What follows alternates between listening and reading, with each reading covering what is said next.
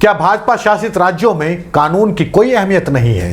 क्या भाजपा शासित राज्यों में संविधान की कोई अहमियत नहीं है?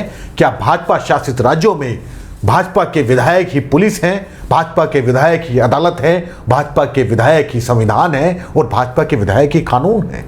ये सवाल मैं इसलिए पूछ रहा हूं क्योंकि दिल्ली में जो हुआ है उसने मुझे इन सवालों को उठाने पर मजबूर कर दिया है। दिल्ली में एक जगह है पीतमपुरा। पीतमपुरा शकूर बस्ती विधानसभा में आता है। शकूर बस्ती के विधायक हैं करनैल सिंह। करनैल सिंह भारतीय जनता पार्टी के विधायक हैं। करनैल सिंह अपने समर्थकों के साथ एक निर्माणाधीन मदरसे पर पहुंचते हैं और अपने समर्थकों के झुंड के साथ में मदरसे की निर्माणाधीन दीवार को गिरा देते हैं। उनकी भीड़ मदरसे की दीवार को गिराने के बाद में वही नारे लगाती है जो नारे इन दिनों प्रचलित हैं। करनैल सिंह का आरोप था कि इस मदरसे का निर्माण डीडीए की जमीन पर अवैध तरीके से किया जा रहा था। करनैल सिंह वहां पर मौजूद मुसलमानों के सामने बार बार इस बात को दोहराते हैं कि वो यहां पर मदरसा नहीं बनने देंगे, वो यहां पर नमाज नहीं होने देंगे। सवाल यह है कि क्या करनैल सिंह इस देश के संविधान से ऊपर है?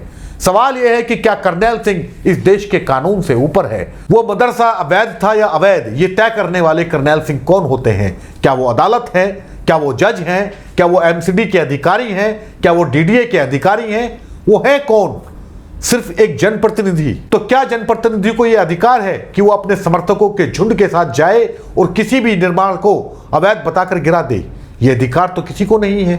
ये खुले तौर पर कानून को ठेंगा दिखाना है, ये खुले तौर पर एक आपराधिक कृत्य करना है। लेकिन ये आपराधिक कृत्य इन दोनों वोट बैंक की राजनीति को सूट करता है।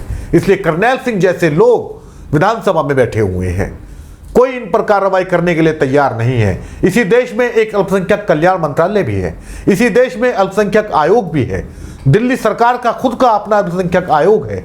क्या करनैल सिंह के इस कृत्य पर वो आयोग कोई एक्शन लेगा? क्या करनैल सिंह के इस कृत्य पर गृह मंत्री अमित शाह कोई एक्शन लेंगे?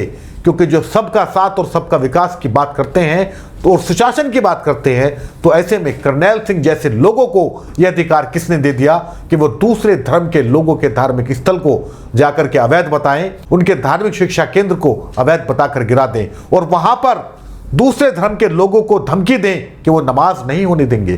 क्या ये सीधे तौर पर कानून का उल्लंघन नहीं है? क्या प्रधानमंत्री नरेंद्र मोदी अपने पार्टी के विधायक की इस करतूत को देखते होंगे? और वो देखते होंगे तो वो क्या सोचते होंगे? ये सवाल है। ये सवाल प्रधानमंत्री नरेंद्र मोदी से जरूर पूछिए, जो पूरी दुनिया में जाकर के कहते हैं कि हमने बुद्ध दिया, युद्ध नहीं दिया। उनसे पूछिए कि उनकी पार्टी का विधायक आखिर क्यों संविधान की धज्जियां उड़ा रहा है।